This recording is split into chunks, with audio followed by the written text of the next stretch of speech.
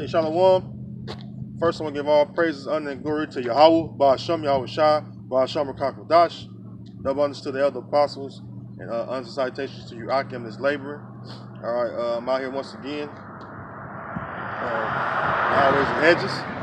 All right, I wanted to go into, it just took me, but I want to go into more about being, or how important it is to be taught by the right men of the Lord, because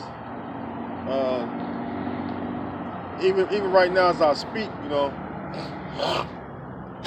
excuse me, it's still in my mind, about the IUIC member I counted, because this guy, he really believed the mark of the beast is Christianity, man. You gotta be like totally bugged out to believe that, So, without any further ado, hold on, Slocky, let me grab something.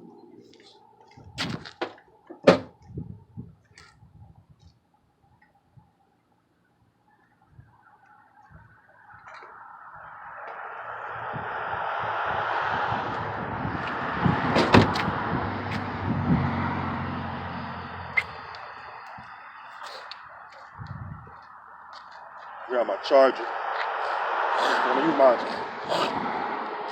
I'm gonna use my mobile sword today, so.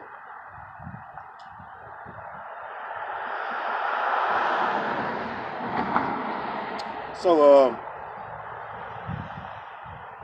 I'm gonna go right into scripture, and touch on the mark of the beast prophecy, and like I said, and just expound more upon the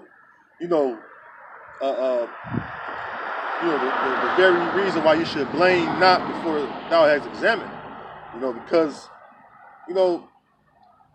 one thing about the guy was, like I said in the video, if you watched it, this guy immediately just went to slander, and it was just like, it's like, how you gonna slander someone that you don't even know, all right? And pretty much,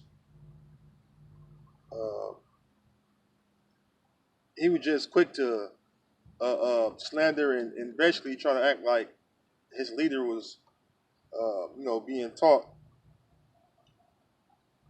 was not his leader being taught, but he was acting like his leader had been, this special ordained guy, that was above all, as far as Nathaniel 7, he was acting as though he was above the apostles. All right. So I'm going to the law too, by the way. This is the book of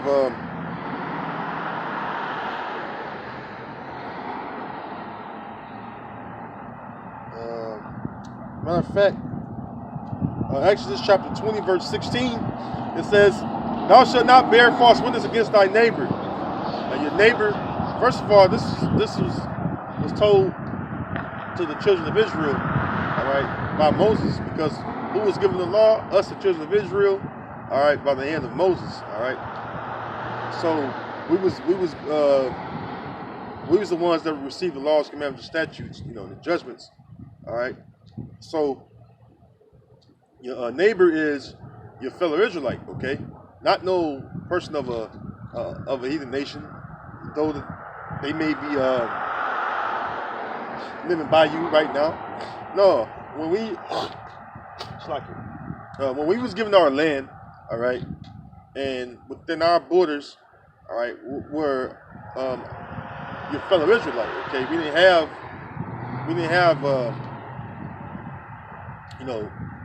all nations living among us. Now you had certain of the Canaanites that certain of the Perizzites, Hittites, and Girgashites, some of those people that wasn't completely pushed out.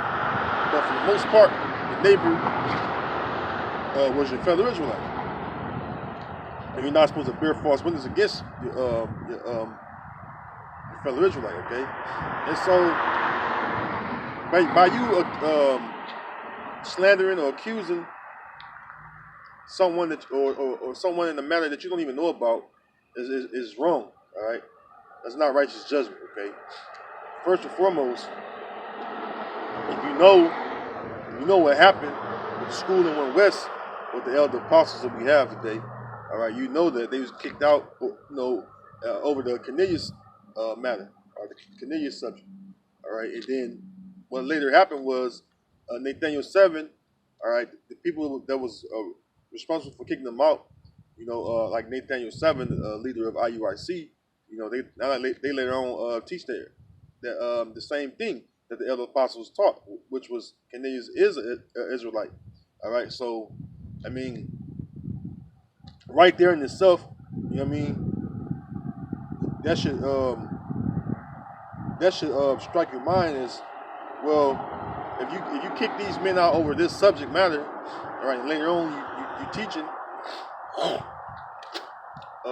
the same thing that you kick these men out for. Well, if it was me, I'm looking at those individuals, all right, or that man, whichever it may be, you rent to one of them or all of them. I'm looking at them inside their head, what I'm saying, like they're crazy, man, or like they got two heads, because the very thing that you kick these men out for, you're actually teaching the same exact thing. All right, this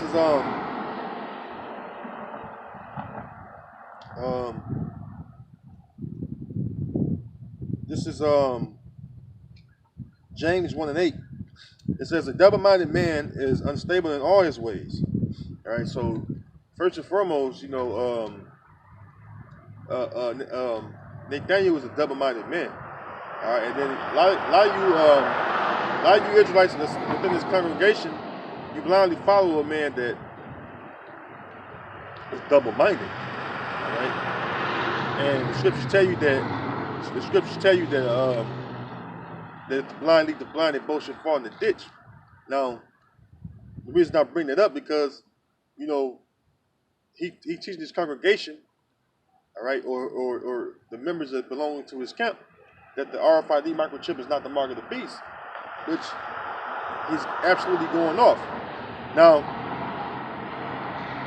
how do we know he's going off? Because when you go into scripture, you go into the etymology of the words concerning the mark of the beast, you'll clearly see that the mark of the beast is actually a RFID microchip. All right. So those of you that can't see it, and the Most High is not dealing with you, man. All right. This is James 4:8.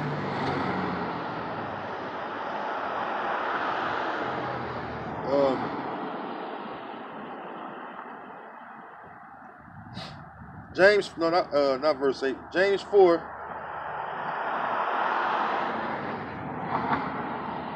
James chapter 4, verse 6. It says, "But he giveth more grace, wherefore he said, the Most High resisteth the proud, but giveth grace unto the humble."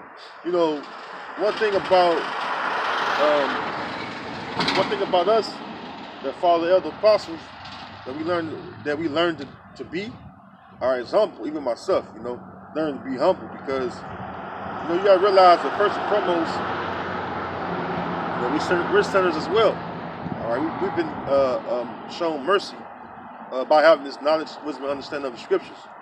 All right, so we always take that into consideration, and it's never good to be proud. Okay.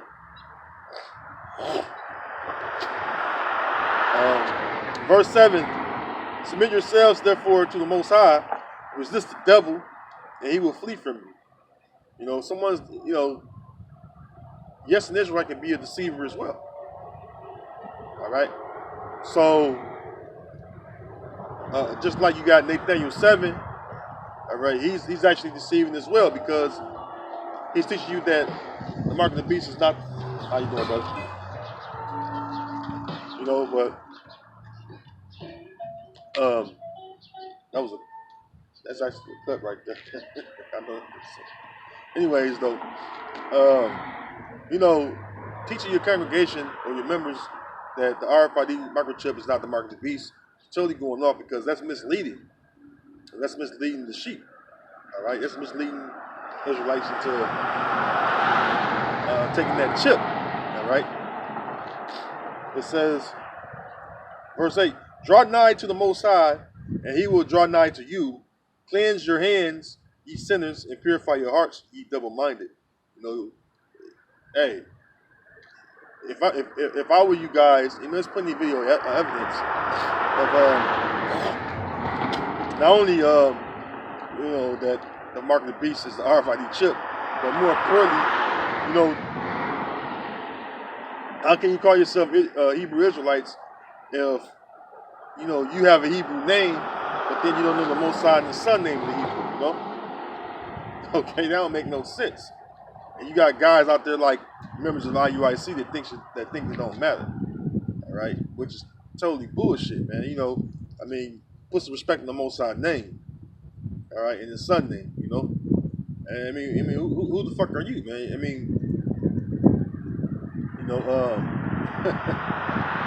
You're the clay, all right? You're not the potter, all right?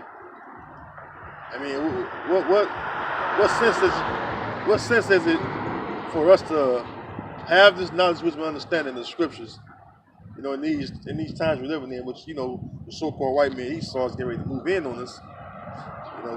Great tribulation is getting ready to happen. Then we have this knowledge. The Most High Heavenly Father has caused us to, live again spiritually. We're no longer dry bones. Those of us that's laboring in truth and sincerity. We're no longer dry bones. All right, we're actually living bones. We're actually bones clothed with flesh and skin spiritually. All right, because we're spiritually living. That's why I said that. All right.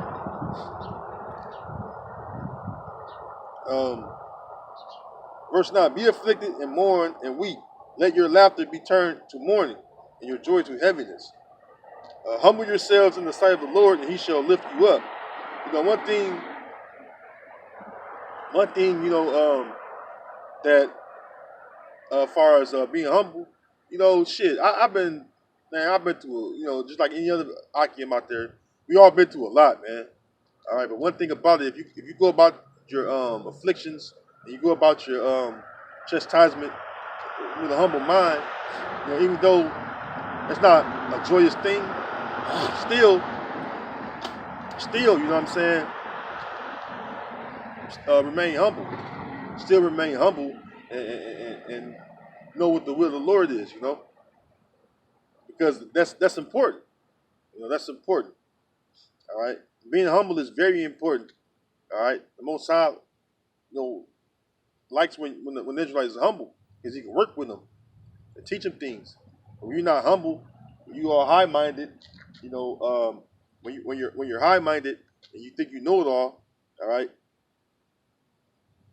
then that pride settling in on you. You know what I mean? And pretty much the Most High hates pride. The Most High hates pride, right? And so do we, because pride is hateful for the Most High in us.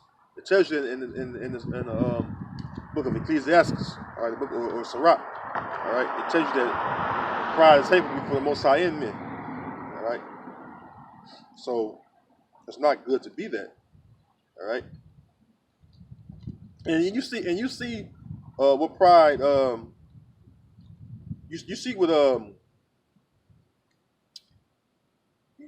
you see what being prideful gets you. All right. It also tells you that pride leads to destruction. All right. And a lot of you guys that follow Nathaniel 7, you guys have a lot of pride. You built up in your pride, and you think that because you got this fancy garment and everything. You know what I'm saying? And you think that's gonna get you to the kingdom of heaven. All right. And you foolishly think you can keep the whole law, but you can't, man. It's impossible to keep the whole law in Esau society. All right.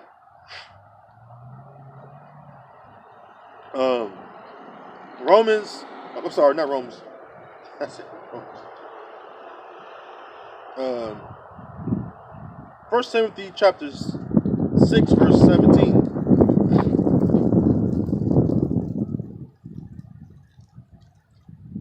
It says, charge them that are rich in this world that they be not high-minded, nor trust in uncertain riches, but in the living power who giveth us richly all things to enjoy.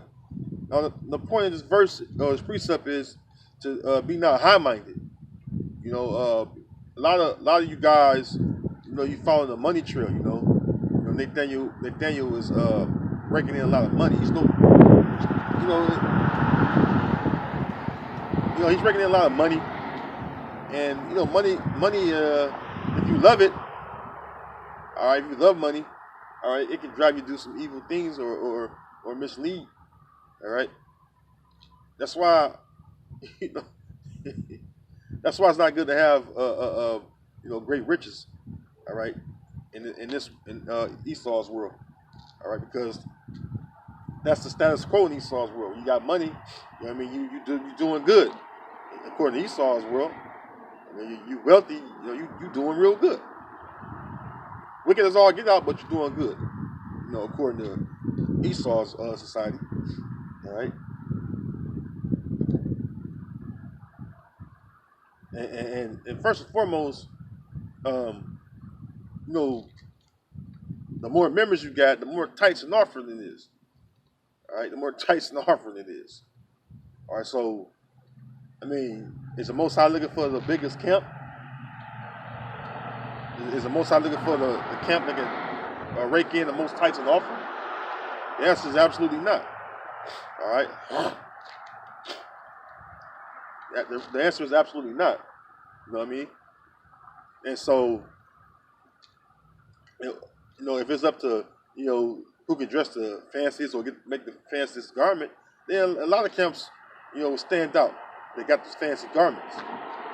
But a lot of us that's raw and rugged, and just come out here, just tell it how it is, break down the scriptures and just no glitter in it. All right, just straight up raw, man. All right, that's how it is to be. All right.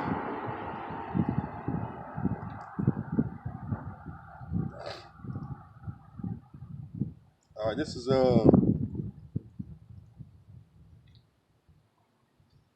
2 Timothy chapter 3, verse 1.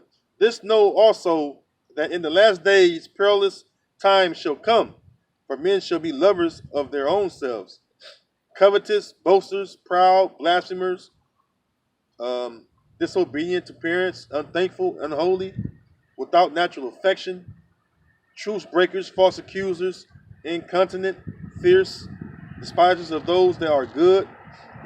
Hey, as you hear these scriptures, that goes to show you that what certain Israelites is doing, even within the world of Israel, that's teaching. All right, it's some of these things are going on. All right, and it was Apostle Bar said it best. The Most High brings in, the Most High called the good and bad, so you can have an example of both, and you know the difference. All right, just like Judas Iscariot. Judas was a bad seed. All right, meaning what? He did evil. He turned. Everything was according to Most High will, but look what he did. He traded on Yahweh Shai for some silver. All right.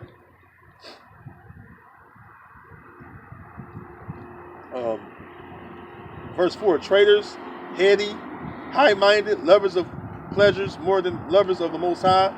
Yeah, because we that are just straight up laborers for the Most High, we don't worry about all the different gimmicks that these other camps come up with. You got guys that are rappers, you got guys that are just into things that really pertains to worldly things. They try to mix it in, with this thing of ours, right? And it's not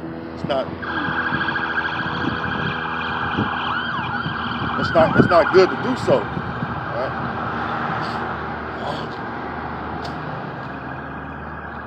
So you know, it's not good to bring in those worldly type of things into your congregation. You know, it says verse 5, having a form of godliness but denying the power thereof, from such turn away. You know, first and foremost, that's the reason why. You don't see all camps get together. You know, we don't go to that Israelite gathering, that large gathering they have. You know, we was never taught to go to those things because, I mean,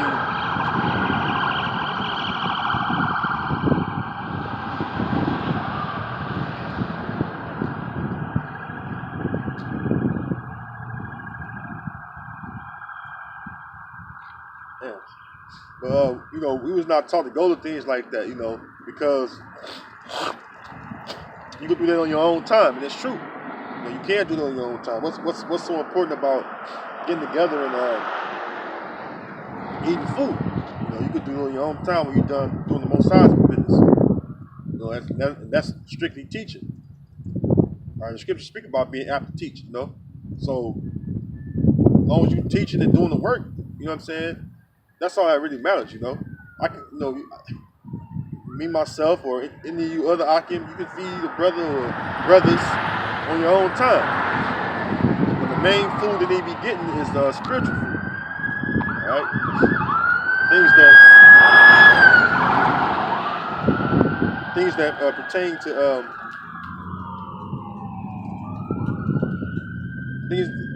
to you know, building the brother up, you know, spiritually. All right, filling him up spiritually, so that he may be increased and may be able to stand, you know, in our, you know, like Scripture said, in our perilous times.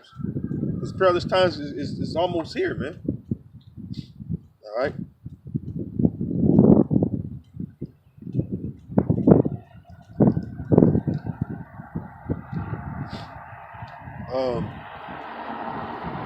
Let me see here. This is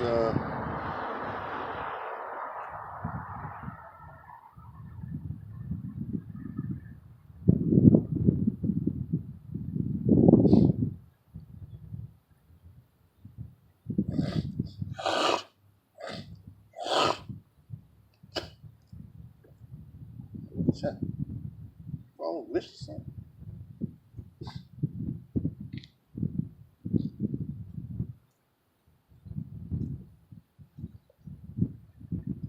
There we go. All right. This is 1 Corinthians chapter 10, verse 1. It says, moreover, brethren, I would not that ye should be ignorant, how that all our fathers were under the cloud, and all passed through the sea, and were all baptized into Moses in the cloud and in the sea, and did all eat the same spiritual meat.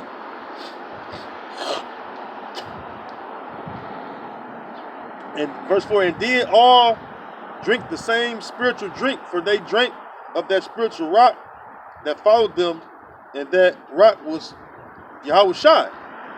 You know, so, hey,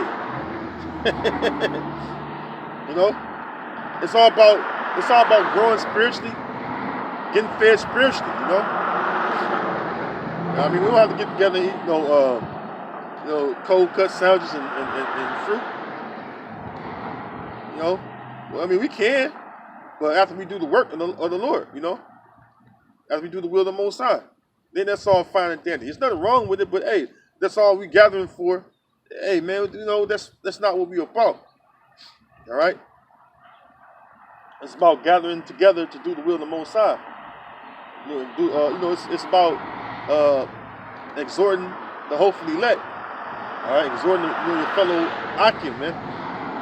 All right. That's what it's about. It's not about if, you know, if you can cook the best ribs, lamb ribs, not no pork ribs, of course. So I have to say lamb ribs. You know, somebody say, oh, my brother eating pork. No, hey, definitely no pork going on my fork, you know. But, you know, it's not about who could cook the best or, you know, who could make the best drink, whatever. You know, that shit is just for your own personal time. All right. You know, when I met with brothers, Shalaki, I'm gonna call you back. I'm at camp. All right. You know, when I met with brothers, you know, shit, it was all about getting straight to work. You know, brothers can tell you that. You know, they're witness to that. You know, we got together, we ate and everything, but that was afterwards. That was later on when we was done. When we was done getting spiritually fed and doing the work of the Most High. Hey, then that other shit came. You know, as far as eating and drinking. You know, and that ain't nothing wrong with that. You know, we fellowship afterwards. You know, but hey, the most important fellowship we had was within the Word. All right. So, like I said, you know, there's nothing wrong with getting together, but just know what you're getting together for, okay? All right. So, um,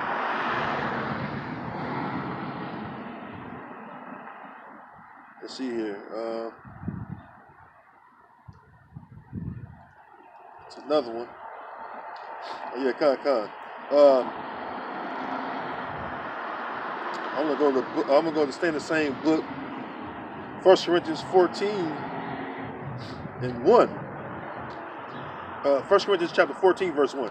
Follow after charity and desire spiritual gifts, but rather that you may prophesy. You know, it's about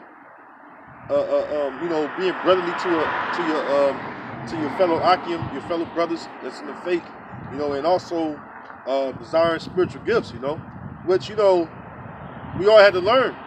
Even myself, you know, I had to learn to be brotherly and to, you know, not only that, not to take brothers, you know, for granted because we all we got. You know what I mean? So it's good to know how to have charity among your Akim, you know? So and desiring spiritual gifts is a gift that's worth asking the Most High for, all right, through His Son, all right, you know, because these are the things that's going to get us into the kingdom of heaven, man, by way of the chariots, growing spiritually, man, all right. It says oh, that's it on that, all right, and then also one thing that caught my attention was the fact that this man actually had long hair, and you know that was one thing that I was getting at him about, you know, because he was after this individual, I was cutting him with with the law, you know, I was spiritually cutting him with the law, and he couldn't even rebuttal. All he could do was come back around, and then he would admit the same thing I said. He would actually admit to, like, I mean, that show you that whoever is teaching those guys, all right, are just, I mean, just on a low level, man. I have to say, because when you factor in the fact that you have where guys are actually admitting to something after the fact when you stated it up front. Like, an example, I say, did you keep the Passover in its entirety? Did you do the blood up on the doorpost and the side post, all that? The answer should have been, well, no, I kept the Passover to the best of my ability. As far as all the ordinances involved within the Passover, the ones I could keep, I kept it. The lamb, I didn't know it was you don't know if it was a male or female, but the lamb, all right. Excuse me. And then the unleavened bread and all that, bit of herbs, the wine, all that, But he was dancing around that for a long time, you know. And it wasn't to put him down. It's just to show him that, hey man, you cannot keep the whole law, but it's good that you rehearse the law. All right. You can't keep the whole law, but it's good that you rehearse the law. You know, we're not knocking at the law. You're supposed to rehearse the law, you know, which is the righteous acts. All right. So wasn't knocking at all. You know, like I said, the point is, don't just say it's law, law, law. Everything is about the law. When you have to have an understanding of the circumstances that we in. We're in Esau's kingdom. All right. And he's going to make you go off somewhere. All right. Now, outside that, you know what I'm saying? Everything is fine. You know what I'm saying? As far as you rehearsing the law. You know what I'm saying? You got the Edomites coming out here. They got their Trump flags and stickers on their vehicles. You know? See? The Edomites in the right mind. It's you so-called Negroes, not the Native Americans, not in the right mind. You know?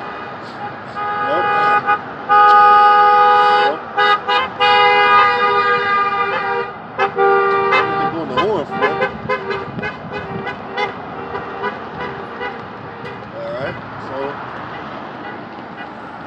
This election this is my first time seeing this, you know. I want to get this on camera.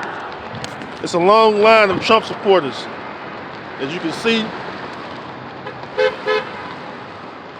the Edomites out here, they rallying behind their top Edomite, DJ Trump.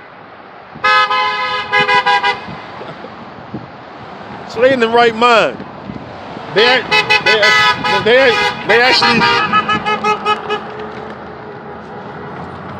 They're actually choosing one that's of their own people to set to be king over them.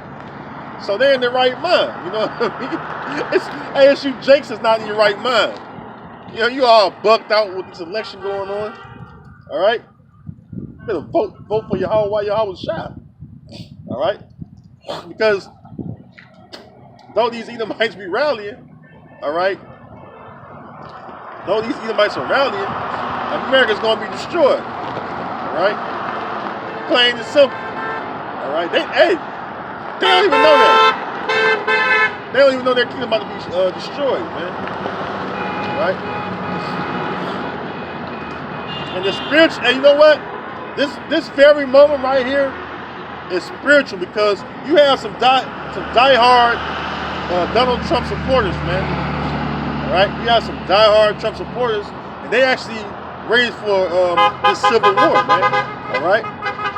They actually ready for this civil war. All right? 1 second here. I didn't grab my